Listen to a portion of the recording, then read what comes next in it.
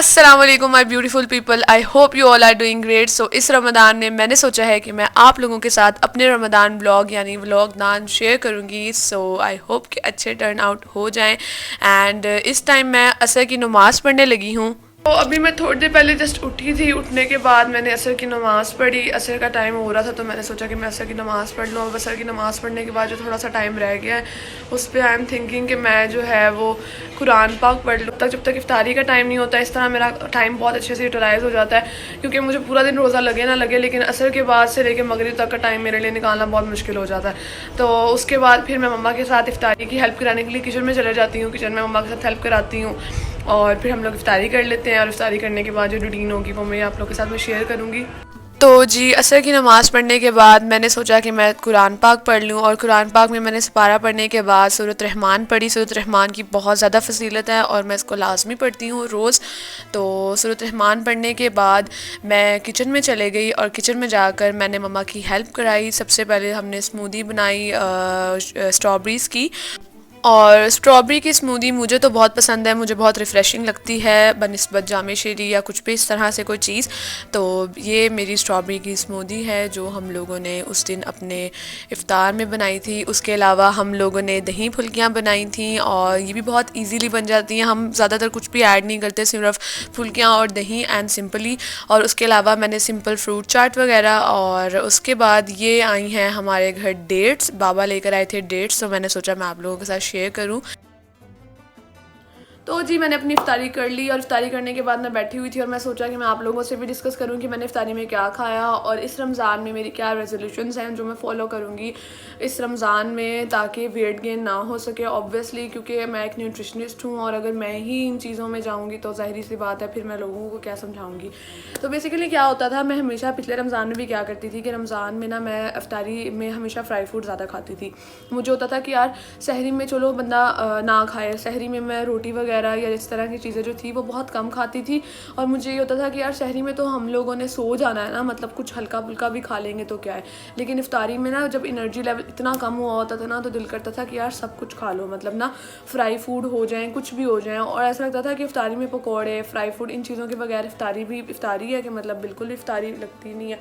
तो मैंने क्या सोच किया है इस रमज़ान में जो अभी तक मेरे लिए बहुत ज़्यादा अच्छा जा रहा है एंड आई होप कि अच्छा जाए, और मैं चाह रही थी कि मैं आप लोगों के साथ भी शेयर करूं कि इस रमज़ान में मैंने क्या चेंजेस की हैं अपनी डाइट के अंदर। वो बेसिकली मैंने क्या किया है कि मैंने सहरी में मैं अब खाती हूँ प्रॉपर मील। वो मील लेने के बाद मैं सो जाती हूँ। जब मैं उठती हूँ उठने के बाद ना मुझे इतना ज़्यादा ड्रेन आउट फील नहीं होता कि मेरी बॉडी बहुत ड्रेन आउट हो रही है और मुझे बहुत ज़्यादा जो है ना भूख लग रही है और मुझे जो है ना कुछ भी मिल जाए और मैं खा लूँ, ऐसा नहीं होता। मेरी बॉडी में सैटिस्फैक्टी लेवल अच्छा रहता है। और उसके बाद क्या होता है कि मैं जब इफ्तारी करती हूँ, इफ्तारी में मैं प्रेफर करती हूँ कि मैं स्मूदी वगैरह लूँ साथ, फिर बाद में मैं फ्राई फूड ना लूँ और मैं प्रेफर करती हूँ कि मैं फ्रूट चाट खाऊँ। ठीक है, फ्रूट चाट खाने के बाद मेरा ये होता है कि मैं नमाज़ वगैरह पढ़ती हूँ। नमाज़ वगैरह पढ़ने के बाद फिर मैं जो है अपना मील खाती और उसके बाद फिर बाद में थोड़ी देर बाद में अपना स्नैक टाइम और चाय वगैरह पी लेती हूँ और चाय वगैरह के साथ कुछ भी हल्का फुल्का। अब इफ्तारी में अब आप खाना खा रहे हैं, ठीक है, आपके सामने पकौड़े भी हैं, आपके सामने फ्राइज़ भी हैं, आपके सामने समोसे भी हैं, आपके सामने चना चाट भी है, ठीक है, हर चीज़ पड़ी हुई है। अब हर चीज़ आपकी फेवरेट है, उसमें आप लोगों ने पहले राइट चॉइस करनी है। राइट चॉइस कैसे करनी है, चना चाट या अगर दही फुल्की है तो आप पहले उसको प्रेफर करें, ठीक है। उसके अलावा अगर फ्रूट चाट है तो सबसे पहले उसको प्रेफर करें।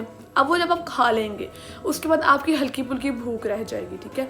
फिर आप ऐसा करें कि अगर एक पकौड़ा आपका बहुत दिल कर रहा है, आप खा यार मतलब सब खा रहे हैं मैं भी खाऊं, तो आप पकौड़ा या फ्राइज़ इनको खाना है, ठीक है। और उसके बाद मज़ीद अगर आपको लगता है कि आपने कुछ खाना है ना तो फिर आप उसमें जाएँ समोसा वगैरह। और मुझे लगता नहीं है कि किसी को मज़ीद उसके बाद दिल करता है कि वो कुछ खाए, क्योंकि इसी में जो है ना वो बस हो जाती है। ये सारी कुछ टिप्स हैं, ये सारे कुछ मैं तरीके यूज़ करती हूँ अपनी इफ्तारी में और मुझे लगा कि मुझे आपसे शेयर करने चाहिए कि मैं अपनी इफ्तारी किस तरह से करती हूँ और मेरी क्या रूटीन होती है इफ्तारी में।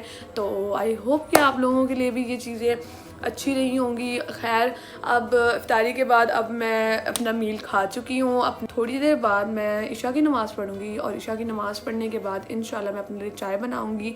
बेसिकली मैं ये फ़र्स्ट टाइम व्लॉग कर रही हूँ, मैं करती नहीं हूँ, मुझे व्लॉगिंग का कुछ पता भी नहीं है, बट मुझे बहुत ज़्यादा रिक्वेस्ट आ रही थी कि आप अपने रमदान व्लॉग डाउन करें, रमदान व्लॉग डाउन करें।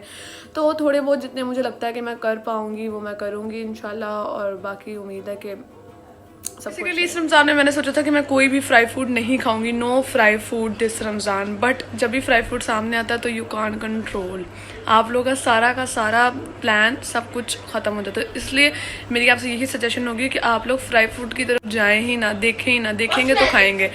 तो अभी मैं आपको दिखाती हूँ कि मैं क्या खा रही हूँ। So here I am, this is my no fry food Ramzan. क्या करें यार, नहीं बर्दाश्त होता। और ये जो सिर्फ है ना, सिर्फ हमारे घर में तमाशा लगाती है पूरा टाइम, और ये बहुत ज़्यादा स्लिम हो चुकी है इस रमज़ान में, क्योंकि इसको लग रहा है कि इसका वेट लॉस करना बहुत ज़रूरी है ना हिबा? मुझे गेन करना पड़ेगा क्योंकि बहुत ज़्यादा लॉस हो गया। और अब क्या करें यार, अब हमने फ्राई चीज़ें अंदर बस घुसानी है। Oh my God.